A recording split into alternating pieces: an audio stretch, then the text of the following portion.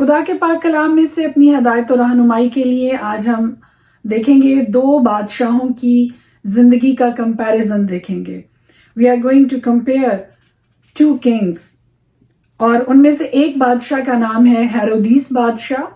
اور دوسرے بادشاہ کا نام ہے یسوع بادشاہ. سب سے پہلے میں ذکر کروں گی ہیرودیس بادشاہ کے بارے میں جو کہ زمینی بادشاہ ہے. اور اس بادشاہ کے بارے میں خدا کا پاک کلام ہمیں یہ بتاتا ہے، اگر آپ اس کی زندگی کو اور اس کے دور سلطنت کو اگر آپ سٹڈی کریں تو پتہ چلتا ہے کہ وہ بادشاہ سلطنت کا بھوکا ہے، تخت و تاج کا بھوکا ہے، اور اپنی سلطنت قائم رکھنے کے لیے، اپنے تخت پہ جمے رہنے کے لیے دوسرے بادشاہوں کی طرح سے اگر ہسٹری میں سے آپ ہو کے گزرے ہوں، چاہے وہ مذہبی تاریخ ہو یا وہ سیاسی تاریخ ہو، تاریخ گواہ ہے اس بات کی کہ بادشاہ اپنی سلطنت کو بچانے کے لیے، اپنے تخت کو بچانے کے لیے مروانے تک چلے جاتے ہیں، چاہے وہ ان کے خاندان کے ہی لوگ کیوں نہ ہوں. وہ اپنے تخت کو بچانے کے لیے اور اپنے آپ کو قائم رکھنے کے لیے زندگیوں کو قتل کرنے اور کروانے سے بھی گریز نہیں کرتے ہیں، چاہے وہ ان کا اپنا ہی خون کیوں نہ ہو. اور بالکل اسی طرح سے ابھی جس بادشاہ کے بارے میں ہم غور کرنے والے ہیں اس بادشاہ کا نام ہے ہیرودیس بادشاہ. اور خدا کے پاک کلام سے ہمیں یہ پتہ چلتا ہے کہ یہ بادشاہ سلطنت کا بھوکا ہے. اپنے تخت کو بچانے کے لیے، اپنے دور سلطنت کو مزید وسعت دینے کے لیے، جب اس کے کانوں تک یہ بھنک پہنچی کہ ایک لڑکے نے جنم لیا ہے جو کہ یہودیوں کا بادشاہ ہے، تو ہیرودیس کو اپنا فیوچر خطرے میں نظر آنا شروع ہو گیا اور اس نے فوراً سے ایسے اقدامات اٹھائے تاکہ وہ اپنے آنے والے وقت میں اپنے تخت کو قائم رکھ سکے. یہ دیکھتے ہیں کہ اس نے اعلان کروا دیا کہ جتنے بھی بچے اس دور میں پیدا ہوئے ہیں ان سب کو مروا دیا جائے تاکہ اس بچے کے بچنے کا چانس ختم ہو جائے، جس کے بارے میں یہ بتایا گیا ہے کہ وہ بادشاہ وہ آنے والے وقت میں یہودیوں کا بادشاہ ہوگا. اور اس نے ایسا کیوں کیا؟ کیونکہ وہ سلطنت کا بھوکا ہے. اور دوسری طرف جس بادشاہ کو ہم کمپیئر کر رہے ہیں، کمپیریزن کر رہے ہیں، ایک یہ بادشاہ ہے جو اپنی سلطنت کا بھوکا ہے، اپنے تخت کو بچانا، صرف اس کا مقصد اپنے تخت کو بچانا ہے، اپنی پوزیشن کو بچانا ہے. جبکہ دوسری طرف ہم ایک اور بادشاہ جس کو ہم کمپیئر کر رہے ہیں آج، جس پر ہم غور کر رہے ہیں آج، اس بادشاہ کا نام ہے یسوع بادشاہ جو کہ یہودیوں کا بادشاہ کہلایا. اس بادشاہ کے بارے میں خدا کا پاک کلام ہمیں یہ سکھاتا ہے کہ وہ اپنی الہی تخت کو چھوڑ کے، اپنی الوہیت کو چھوڑ کے، آسمان کو چھوڑ کے، اپنی بادشاہی کو چھوڑ کے وہ اس زمین پر آیا. اس نے ایک بشر کی صورت اختیار کی اور آپ کی اور میری طرح سے ایک انسان بن کر اس زمین پر رہا. اس بادشاہ کے بارے میں ذرا غور کیجئے جو ساری کائنات کا مالک ہے، آسمان و زمین خلق کرنے والا ہے، لیکن وہ سب کچھ چھوڑ کر آپ کی محبت میں، میری محبت میں اس زمین پر آ گیا، بشر کی صورت اختیار کی تاکہ ہم بچ سکیں. ہیرودیس بادشاہ ایک زمینی بادشاہ ہے اور وہ اپنی ارتھلی پاورز کو یوز کر رہا ہے، اپنے ٹیکٹکس کو استعمال کر رہا ہے، اپنی چالاکیوں کے ساتھ، اپنے گر کے ساتھ جو اس کو آتے ہیں، اپنے سلطنت کو اور اپنے تخت کو بچانے کے لیے. جبکہ دوسری طرف ہم دیکھتے ہیں کہ خداوند یسوع مسیح جو کہ بادشاہوں کا بادشاہ ہے، وہ انسانیت کو بچانے کے لیے اپنے تخت کو، اپنی بادشاہی کو بے دریغ چھوڑ کے، قربانی دے کے اور اپنی الہی پوزیشن کو چھوڑ کے، اپنی ڈیوینٹی کو چھوڑ کے ہیومینٹی اختیار کر لیتا ہے، بشریت اختیار کر لیتا ہے تاکہ آپ اور میں، ہم اس گناہ کی ٹھہرائی ہوئی موت سے جو ہم پر معلق تھی، جو ہم پر لٹک رہی تھی، اس موت کی لٹکی ہوئی تلوار سے ہمیں آزاد کروا سکے تاکہ اس کے لوگ، اس کی بنائی ہوئی مخلوق آزادی، رہائی اور چھٹکارے کو حاصل کر سکے. ہیرودیس بادشاہ اپنی زمینی اختیار کو استعمال کر رہا ہے، جبکہ آسمانی بادشاہ، بادشاہوں کا بادشاہ یسوع مسیح اپنی ڈیوینٹی کو اور اپنی ڈیوائن پاورز کو استعمال کر رہا ہے جو خدا نے اس کو عطا کر رکھی ہیں۔ پھر ہم دیکھتے ہیں اسی کمپیریزن کو لے کے ہم آگے چلتے ہیں، ہے کہ ہیرودیس بادشاہ کے خیالات جھوٹ پر مبنی ہیں، باطل ہیں، دھوکہ دہی پہ مبنی ہیں۔ میں چاہوں گی کہ آپ میرے ساتھ ایک حوالہ نکالیے، متی کی انجیل 2 باب اور اس کی 7ویں، اور ہم سب مل کے خدا کے پاک کلام میں سے اس حوالے کو دیکھیں گے۔ اور خدا کے پاک کلام میں یہ لکھا ہے، اس پر ہیرودیس نے مجوسیوں کو چپکے سے بلا کر ان سے تحقیق کی کہ وہ ستارہ کس وقت دکھائی دیا تھا، اور یہ کہہ کر انہیں بیت لحم کو بھیجا کہ جا کر اس بچے کی بابت ٹھیک ٹھیک دریافت کرو، اور جب وہ ملے تو مجھے خبر دو تاکہ میں بھی آ کر اسے سجدہ کروں۔ ابھی جو حوالہ میں نے آپ کے سامنے پڑھا ہے، متی کی انجیل 2 باب اس کی 7ویں آیت، یہ بادشاہ جو زمینی بادشاہ ہے، ہیرودیس بادشاہ ہے، اس کی زندگی میں ہمیں جھوٹ نظر آتا ہے، اس کی زندگی میں ہمیں دھوکہ نظر آتا ہے، کیونکہ وہ دھوکے سے مجوسیوں کو اپنے پاس بلاتا ہے اور ان سے کہتا ہے کہ جاؤ اور جا کر اس بچے کی جگہ دریافت کرو کہ وہ کہاں پر ہے، تاکہ میں بھی جا کر اس کو سجدہ کر سکوں۔ لیکن میرے عزیزو، اس کا مقصد اس بچے کو سجدہ کرنا نہیں تھا، بلکہ ٹھیک ٹھیک اس جگہ کے بارے میں دریافت کروانے کا مقصد اس بچے کو ختم کرنا تھا تاکہ اس کا فیوچر سیو ہو سکے۔ just for the sake of his own future, for his own kingdom, for his own throne، وہ چاہتا تھا کہ ایگزیکٹلی مجھے اس جگہ کا پتہ چل سکے جہاں پہ وہ بچہ موجود ہے جو یہودیوں کا بادشاہ کہلایا جا رہا ہے، تاکہ میں پہنچ کر اس بچے کو ختم کروا سکوں۔ اور وہ یسوع کے بارے میں سجدہ کرنے کے لیے نہیں، بلکہ اس کو مروانے کے لیے اس جگہ کے بارے میں جاننا چاہتا تھا۔ اگر ہم یسوع مسیح کی ذات کو دیکھیں، اگر ہم یسوع بادشاہ پر نظر دوڑائیں، تو اس کی ساری زمینی زندگی میں ہمیں ایک بھی بات ایسی نظر نہیں آتی ہے جو دھوکہ دہی پہ مبنی ہو، جو جھوٹ پہ مبنی ہو، ایسی چیز کی نشاندہی کر رہی ہو جو غلط ہو۔ کوئی ایک بات بھی ایسی نہیں اس میں ثابت کی جا سکتی ہے جو کسی بھی طرح سے نیگیٹو ہو، اور اس کی زندگی میں ہمیں ہاں کی جگہ ہاں اور نہ کی جگہ نہ نظر آتی ہے۔ وہ خود بھی سچائی سے ملوث تھا اور ہمیشہ سچائی کا ہی پرچار کرتا رہا،